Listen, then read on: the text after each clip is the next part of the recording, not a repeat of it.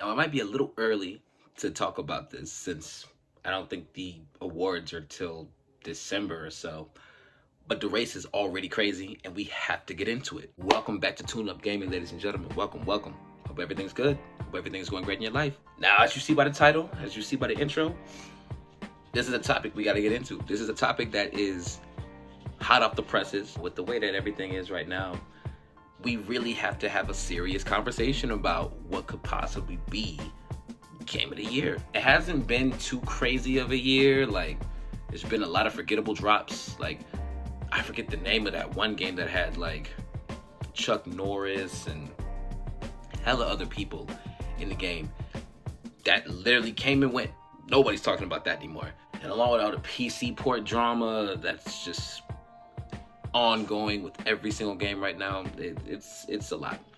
But there have been a few shining moments, and I really feel like right now the race is between 5 select games. I think there's one that could sneak in because of how well it's doing, but there's 5 games that I feel that could totally walk away, more so run away, with the title for Game of the Year. At number 5, I have Hogwarts Legacy. Hogwarts Legacy launched so well. I think the only bug that the game had was the whole thing where the doors had to load before you would go into rooms or go outside or something. But besides that, performance was off the charts. Graphics were great. The creation was great. Gameplay was great. Story was great.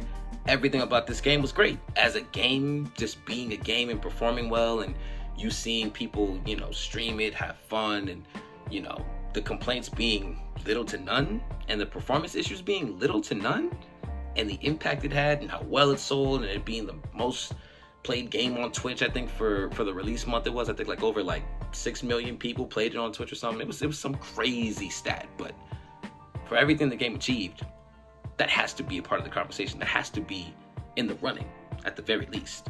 I feel that along with the action and the combat, the way that it got, compared to the Arkham games, and almost everything gets compared to the Arkham games, but I'll flex that another day. Combat was especially a highlight for the game. And with Harry Potter finally having a huge win in the video game side of things, because if you're like me and you played the old Harry Potter games, you remember how rocky those were. But for this to be such a shining moment for Harry Potter and Harry Potter fans, I really feel like there's a possible chance it might get it. I'd be shocked because of my other picks for the top trophy award. I'd be shocked, but I could see it winning, just based off of how well it performed, how well it played, how smooth it played, how easy it played. Literally minus one minor bug that I don't even know is still a thing, because to be honest, I haven't played it in a minute. But minus that one little bug with the doors, listen.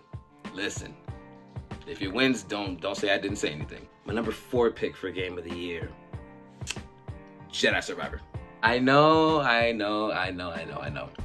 the PC port was muddy, and I've had a lot of talks with my homie about it. It reminded me of Arkham Knight's launch and how great it was on the consoles and how buggy it was on PC. It just, just unacceptable on PC. It was pretty bad. But it really reminded me of that, just because of, all the reviews coming out with the 9s and 10s and all of the talk about this game helping finally make a great trilogy since the beginning of Star Wars. They low-key really just shat on all of the sequels, which, we don't have to get into that either. But for them to say Fallen Order and Survivor and the next game could be the best Star Wars trilogy in the last 30 years, that's a heavy statement. It's a very loaded statement. With Survivor, with how deep that game goes and how well it builds on the lore of Star Wars and how well the performances are from that entire cast. I mean, everybody killed it in that game. I'm close to the end, and I'm very excited to get to the end, but the emotional weight of this game, crazy. I had to stop playing because of a certain moment that just happened to me. I had to stop for a while. I was very affected by that. That cut a little deep. I ain't even gonna hold you. But in terms of both reviews, gameplay, impact, sales, and overall just lasting impression, I could definitely see Survivor either being a top contender or somehow running away with it. It's Star Wars too. The fans for Star Wars, man. That's another conversation for another day. But yeah, in terms of just, you know, quality and, you know, building upon what happened in the first game and just being a good sequel, a great sequel at that. Again, I would be shocked, but there's a chance it could happen. Some viewers may find the following video disturbing. Viewer discretion is advised. The Jedi! Get ready to die! Ah! You think that sword makes you special, Jedi?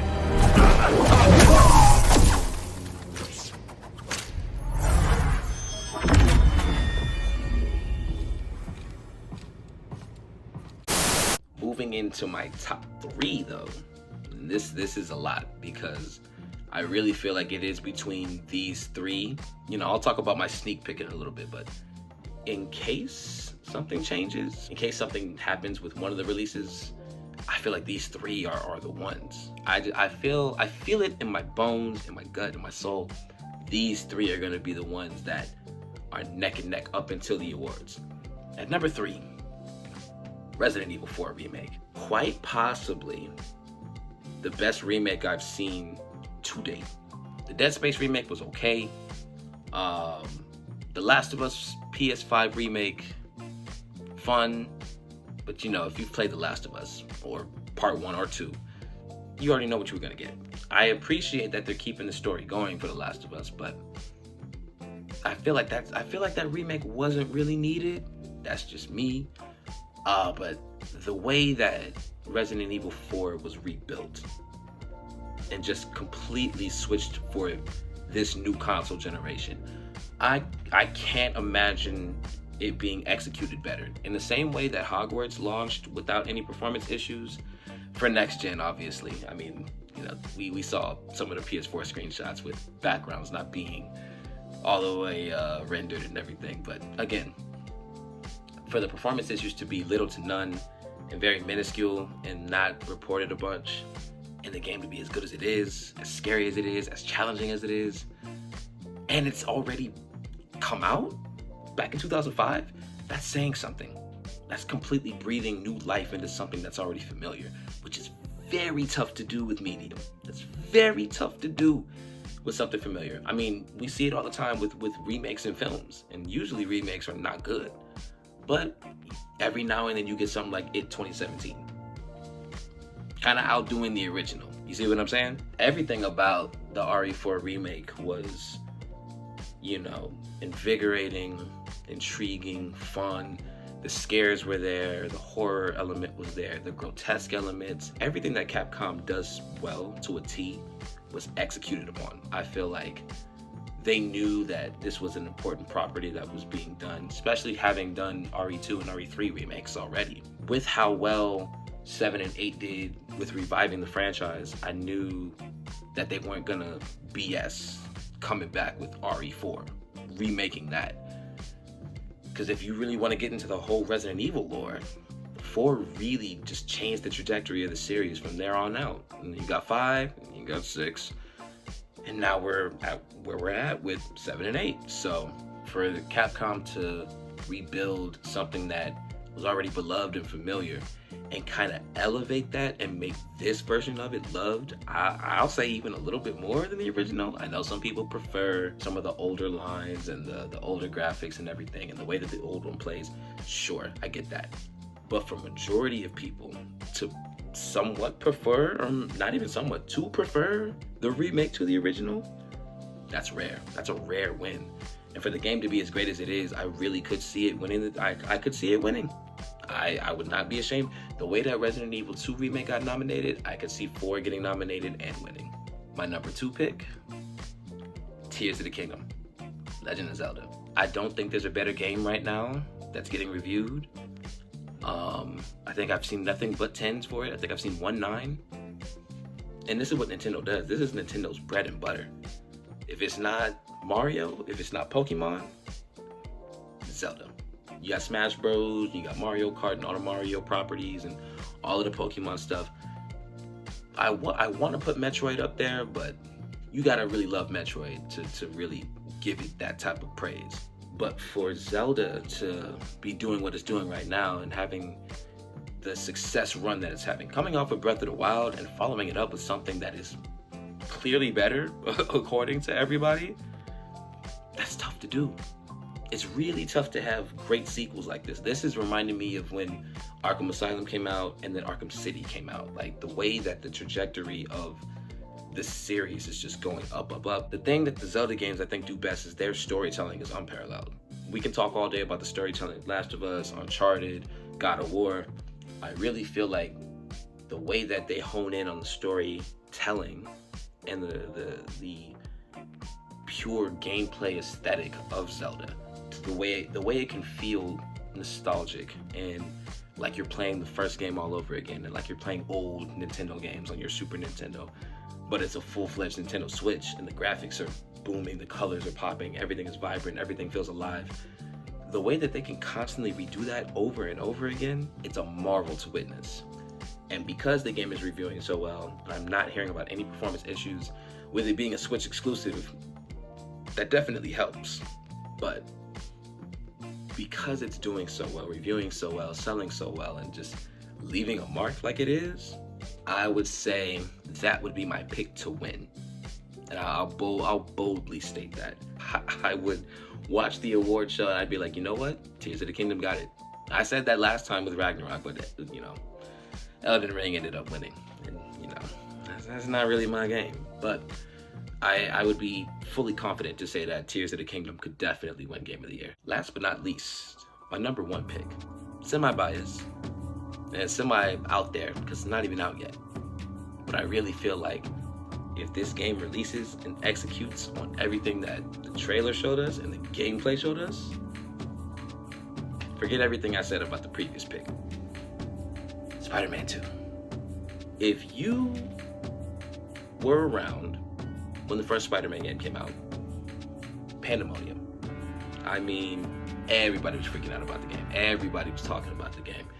We hadn't had a Spider-Man game like that. I mean, I want to say Spider-Man 2 back in 2002 or 2004, whenever it was.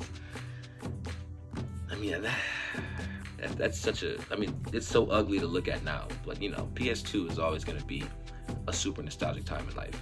We all had games like Sly Cooper, Jak and Daxter, the old Ratchet and Clank games, the DBZ Budokai games. PS2 was just a time in life. A time in life that I feel like we all really, really miss. But we hadn't had a great Spider-Man game like that in some time.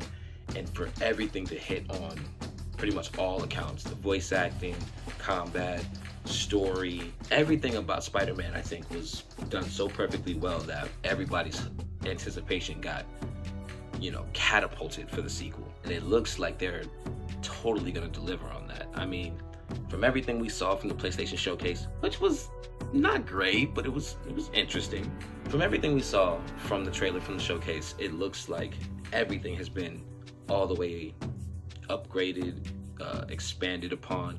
We have a bigger map, we have 2 playable characters, crazier enemies. I feel like the story is gonna get way darker this time around.